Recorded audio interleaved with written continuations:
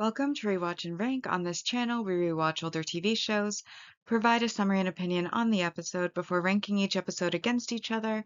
Today's episode is Hannibal Season 2, Episode 9, Shizakana. The episode in a nutshell is just a brief reminder of what happened within this episode. So we start off this episode with the ending of the previous episode where Will was attempting to shoot Clark Igram, but was stopped by Hannibal. We move on to him in therapy with Hannibal, talking about how he does regret what happened in the barn. And it's not that he regrets attempting to kill Clark, it's that he regrets letting Hannibal stop him from killing Clark. He then uses his imagination to imagine him succeeding in actually killing Clark, and then calls it a missed opportunity as he missed out on the feeling that he had when he killed Garrett Jacob Hobbs, when he'd briefly thought he'd succeeded in killing Hannibal, and that feeling is a quiet sense of power. Will then leaves therapy, and on his way out of Hannibal's office, he crosses paths with Margot Verger, who is just heading into her appointment, and she feels like she recognizes him but can't place it, so she either knows him or knows of him, and he says he's the person who didn't kill all those people before leaving. We then have Marco in therapy with Hannibal, and they talk about, her attempt to kill her brother. Then she brings up Will into the therapy and eventually asks Hannibal what kind of therapist he is. And Hannibal just says, "You saw all of my resume and bona fides, etc. So you know what kind of therapist I am." And she says she's beginning to. We then arrive at a crime scene out in the snow, a bunch of red along in the white, and we find out that there had been some people who were torn apart by what looks like an animal. However, while there was a lot of tearing apart, evisceration, disembowelment, limbs strewn about, the viscera strewn about, there was no eating, which is not typical of animals, and also in most cases, if it was like a bear or a wolf, they would have dragged the kill off if they didn't finish eating it at the scene. And so, while it looks like an animal attack, it looks atypical, and this is when it's suggested that potentially the animals are being controlled by a human. We then have Will going into the prison to consult Peter, who has adopted a rat, and he basically looks at the pictures to help Will and points out that some of the injuries appear to be from a bear, others appear to be from a wolf, and Will asks if it's possible for it to have been both. And Peter says that with enough training and hunts that animals can also become friends, and that with enough training he could even train Will, and that humans are really the only creatures that kill to kill, so he urges Will not to blame the animals. We then see an animal suit being built out of bones and various mechanical parts. And then we see a couple by a fire out in the snow having a little bit of a romantic rendezvous when the guy is attacked by a creature, which is, of course, the animal suit, and starts to be torn apart. The girl tries to run away. She ends up falling down and tripping on her face. And as she's getting up, she then looks around and ends up dead herself. We then have the crime scene of these two being killed, and we have Will doing his classic pendulum swing with the light, and he imagines standing in the woods watching the couple. Then he orders the stag to attack, but then once the stag starts attacking, when it rears up from its goring, it's Will's face with him growing antlers, and he comes to the conclusion that It is not an animal, it is a person who wants to be an animal or imagines they are an animal. Will then once again goes to speak with Hannibal and brings up the crime scene before we then move into the lab analysis, where it is learned that it is an extinct cave bear and that is causing the wounds. However, the bite force of an actual cave bear was not possible to cause these injuries because it was a vegetarian. However, it is possible with modern technology and engineering that the cave bear's skull can have a bite force enough to cause the injuries that they see. Hannibal, who is there, then pulls Jack aside and comments that he used to have a patient years and years ago who was a young teenager at the time, and this is breaching potentially patient doctor confidentiality, so make sure you keep a hush hush that he told him. But he had a young patient who suffered from a psychosis and identity disorder where he thought he was an animal and had struggled to live, but that he seemed to have an epiphany during their sessions and had stopped therapy years ago and seemingly had moved on. We then go to the museum. It's dark, it's late at night. Randall Tier is putting together a skeleton in the Natural History Museum, and Hannibal arrives and basically says, "Wow, I'm so proud of you. You have evolved. I'm so proud that you're embracing your inner self and killer. And I've seen what you've done. I admire your work. But hey, they're on to you. Someone's going to come and find you. Here's what you need to tell them." And Randall, who is still grateful to Hannibal for his therapy, which had made him comfortable in his own skin, basically is also seemingly happy to see Hannibal.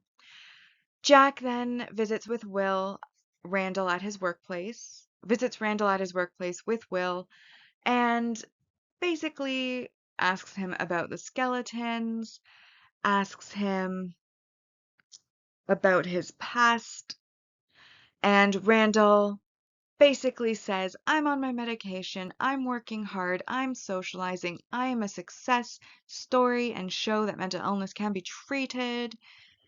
And Will kind of is watching him, giving him the side eye from the side, making a comment here and there, but ultimately they don't have anything to hold him on, so they do leave. We then have Will's dogs start barking at his house, and we find Margot visiting Will, and they drink whiskey while talking about how they're both in therapy with Hannibal. She asks him about how he feels about Hannibal as a therapist, and he kind of evades the question. They then start to talk about their private carnage, as they're calling it, and she says that she tried to kill her brother, and he definitely deserved it. She asks Will his private carnage, and he says he tried to kill Dr. Lecter. She asks if he deserved it, and Will basically says that remains to be seen.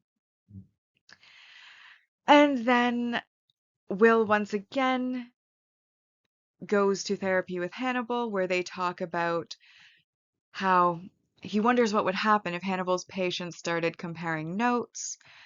For example, what would Randall Tier have to say to him?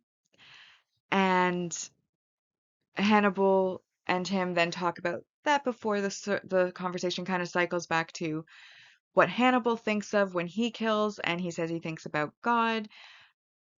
Like typhoid and swans come from the same place, how churches can collapse onto worshiping practitioners, and how Hannibal then views that as there not being really a good or evil, but that God is above such things and obviously does not have any qualms about murder. Apparently, that's Hannibal's view, at least. Anyways, that story then moves on to Hannibal standing outside talking to Randall about how he respects the sanctity and privacy in which his method is done. He has just come down to encourage him. And we then see that they're standing in front of Will's property at the tree line. And inside Will's dogs start barking, and Buster manages to run out of the house and starts running towards that tree line, and it gives anxiety because you don't want anything to happen to the dog. But Will grabs a gun and then, like a shotgun for hunting, and then chases after Buster, who's left a clear trail in the snow, and he finds Buster alive, though it does appear that he is injured and unable to walk at this point, but alive, and that's important. He picks Buster up, returns to his house, and then shuts off all of the lights. We then see movement behind the window as Randall breaks through the window before we see Hannibal walking towards a door.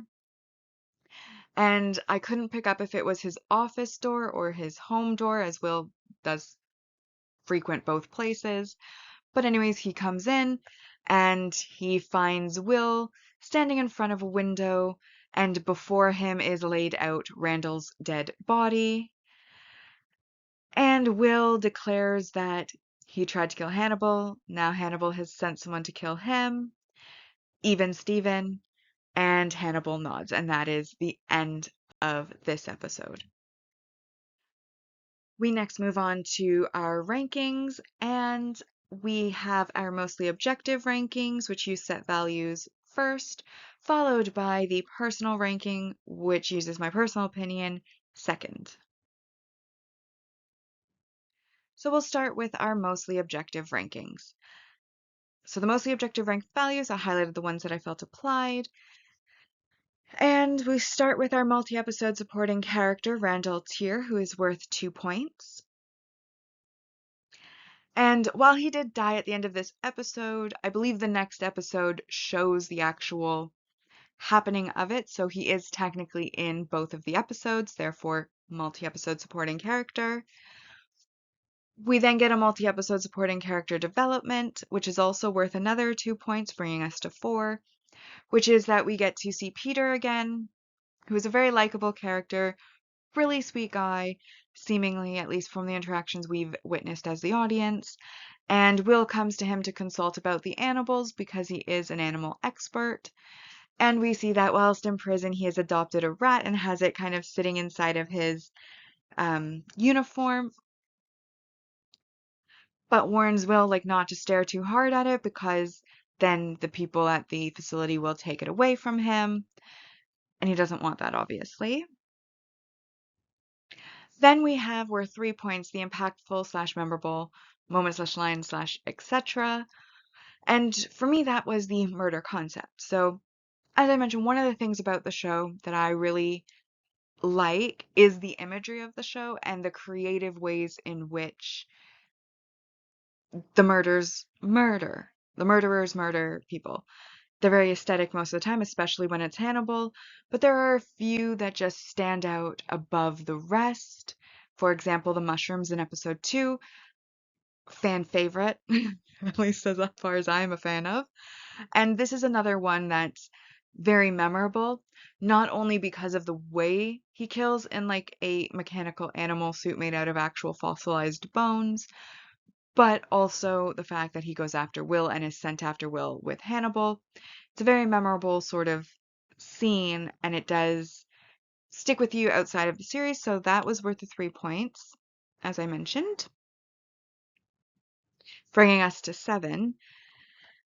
And then we have our 4 points,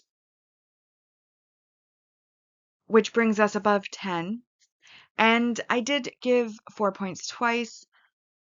First 4 points is the multi-season main character development of Hannibal sending Randall after Will, and also the implication that Hannibal had essentially set loose a stable serial killer, basically stabilized his psychosis whilst not really treating it, but like encouraging it, leading to Randall eventually growing up to become this murderer that he is.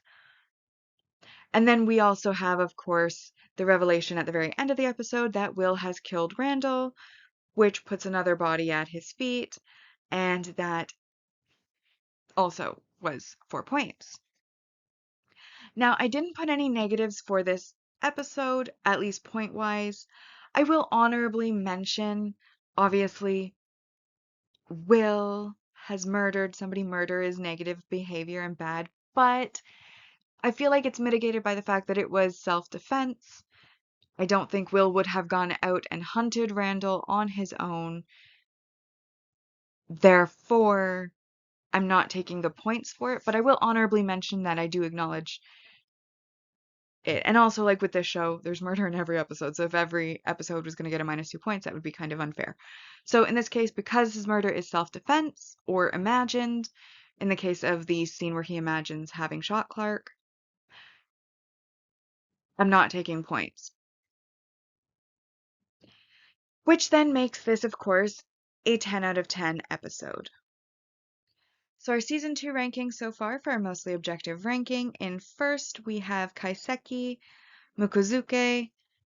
This episode, she is Akana, Futamono, Yakimono, Suzakana, Hasan, Sakazuke, and then in last place so far we have Takiwase. Bringing us then to the personal ranking. And I really enjoyed this episode. I didn't really think there was anything negative about it.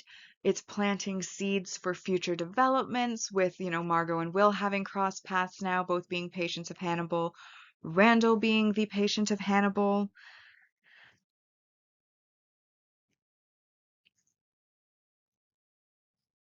And again, I'm going to note that while Will is revealed to kill Randall, it is in self-defense. And I even like, as I mentioned, the concept of this way of killing, very memorable. So there's a lot of good things about the episode. I did question exactly how Randall got to his crime scenes in his suit. I mean, obviously he must have a private car, but like even so, like a red light camera or any other passerby on the street, you're like seeing this guy in a car with like this gigantic animal skull. I feel like that would be the weirdest thing ever. Or as he's walking through the park to get to where he's going to murder people, even though it is night, like say a homeless guy sleeping on a shelf or a bench or anything like that. Imagine just watching this guy in this like mechanical animal bone suit just like waltzing around the park. Like, would that not be the most memorable and weird thing that you'd ever seen? I mean, a lot of weird things happen in parks after dark, I imagine. I've watched enough true crime documentaries to know that there is some weird stuff that people do. But wouldn't that be the weirdest thing that you'd ever seen? I mean, in the show, they just show the actual act of murder once he's already there. But I'm like, is he carrying the suit separately? Or is he actually like walking around this park or on the streets just in this animal suit? I mean, I feel like if he was, somebody would have reported it and he'd have been caught much sooner. But it is something I did find myself wondering about frequently. Now, I did make a note as I was watching the therapy sessions that Hannibal really seems to like questioning Will about how it felt to try to kill him. And at first I was like, this seems like he likes the fact that Will tried to kill him a little bit too much. But by the end of this episode, it seems to be that he just wasn't able to let it go. He was holding a grudge, a big grudge, and this episode basically was him kind of fulfilling his end of the grudge by sending someone after Will to kill Will because he just could not stand the fact that Will tried to kill him. But overall, I liked the episode. I liked the interactions between Will and Margot as well. Will even at one point notes how Bedelia had come to him in prison and said that she believed him, and he wonders how many patients like Randall Tier there are out there that Hannibal has treated and then released, which is a good question because, even Margot, his his choices are. So I was interrupted. I don't quite remember where I was in what I was saying, but I think I have already mentioned everything that's really actually important, which is that I didn't think there was anything negative about the episode. I felt like the episode was engaging.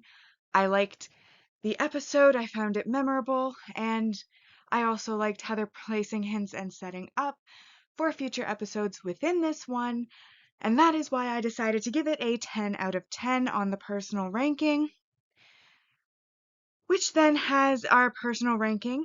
In first place, we have